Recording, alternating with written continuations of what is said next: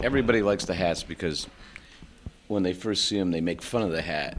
But then they want one because it's the right kind of foolish. It's like, you know what I mean? Like the artist as fool, but the fool who knows more than you think.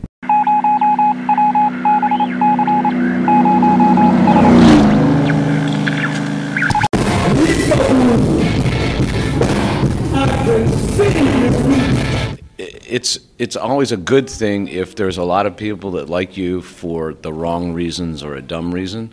No one would be popular if it really required a lot of understanding.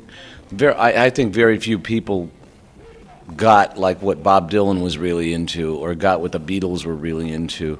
You know, they just took the edge, the surface, the icing on the cake and went for that because it's simple. It's like a one-liner or a soundbite. And they don't really pay attention to what an artist has to say about what inspired them or what they think or how they create, you know, and that's fine.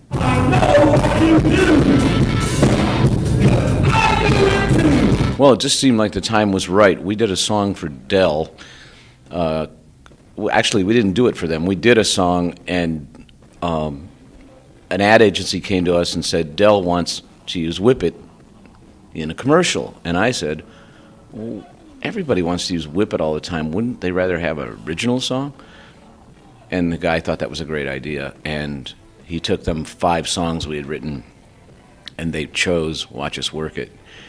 And once that, and then the Teddy Bears produced it, the Teddy Bears from Sweden. And once that went on the air and ran nationally for like 2.5 months, everyone came forward, producers, managers, a lot of people from labels, you know, very diverse labels, mostly United States, but some from Europe, and said, well, does this mean you're doing a new record? Where's the music? Where's the music?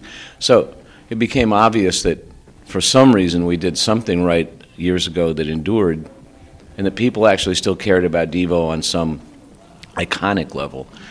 And I think that was great. That was heartening.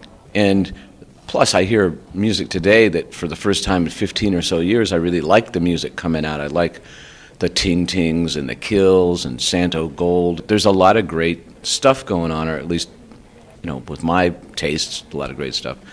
So it just seemed like, well, God, all these people are doing versions of the kinds of things that we did. Why can't we come back and do what we did?